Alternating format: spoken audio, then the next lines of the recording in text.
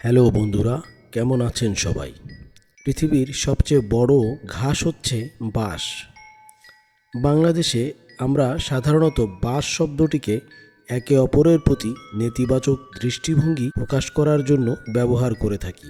কিন্তু জাপান ও চীনের সভ্যতায় বাঁশকে শুভ শক্তি ও সমৃদ্ধির প্রতীক হিসাবে বিবেচনা করা হয়। চীন এবং জাপানের মানুষেরা বিশ্বাস করে যে বাড়ির ভেতরে কিংবা আশেপাশে বাঁশ রোপণ করলে তা অশুভ শক্তি বা নেগেটিভ এনার্জিকে প্রতিহত করার ক্ষমতা রাখে। খাদ্য, বাসস্থান, চিকিৎসা, প্রসাধনী, নিত্য প্রয়োজনীয় জিনিস, শৌখিনতায় কোথায় নেই বাঁশের ব্যবহার? মানুষের জন্ম থেকে মৃত্যু পর্যন্ত বিভিন্ন পর্যায়ে বাঁশের ব্যবহার হয়ে থাকে। পৃথিবীতে 500 প্রজাতির বাঁশ পাওয়া যায়। এর মাঝে বাংলাদেশে 33 প্রজাতির বাঁশ আছে। বাঁশের অঙ্কুরোদ্গম হওয়ার পর 4 থেকে 6 ইঞ্চি পর্যন্ত যে কচি বাঁশ হয় এর নাম বাঁশকুড়ুল। বাঁশকুড়ুল রান্না করে খাওয়া হয়। এর তৈরি স্যুপ, সালাদ, তরকারি বেশ জনপ্রিয়। এটি পুষ্টিগুণে ভরপুর একটি খাদ্য। রান্না করা বাঁশে fibre, protein, carbohydrate, potassium, vitamin E ও আয়রন পাওয়া যায়, যা শরীরকে চাঙ্গা রাখে, রোগ প্রতিরোধ করে। বাঁশ শরীরের অতিরিক্ত কোলেস্টেরল কমাতে কার্যকর ভূমিকা পালন করে।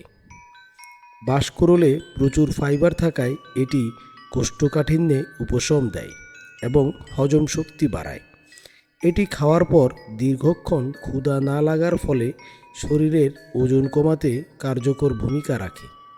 বাঁশপাতা চায়ের সাথে মিশিয়ে পান করা যায়।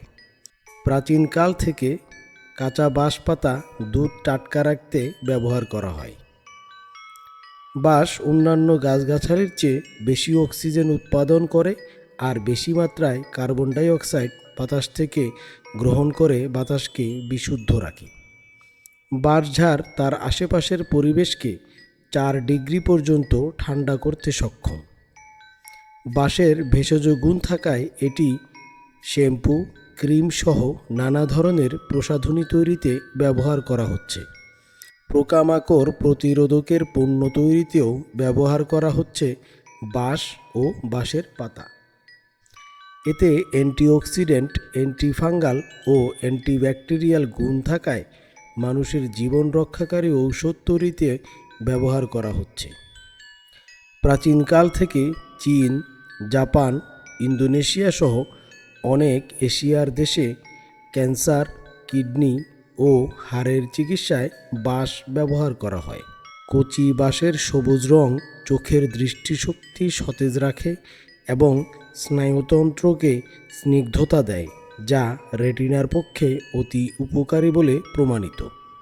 সারা বিশ্বের প্রায় 100 কোটি মানুষ বাঁশের তৈরি ঘরে বসবাস করে। শহর এলাকায় বাঁশ দিয়ে ঘরের ভেতরে সৌন্দর্যবর্ধনের কাজ করা হয়। ছোট খালের উপর বাঁশের তৈরি সাঁকো বা ছোট সেতু গ্রামীণ জনপদের যোগাযোগ ব্যবস্থাকে সহজ করে। প্রাচীনকাল থেকে সুতা ও কাগজ তৈরিতে বাঁশের ব্যবহার হয়ে আসছে।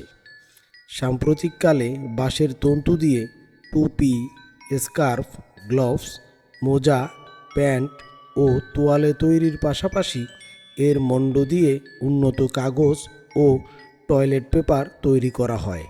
তাই আজ থেকে বাঁশকে তুচ্ছার্থক অর্থে নয়, গুরুত্বার্থে উপস্থাপন করব। ধন্যবাদ, ভালো থাকবেন, দেখা হবে আগামী ভিডিওতে।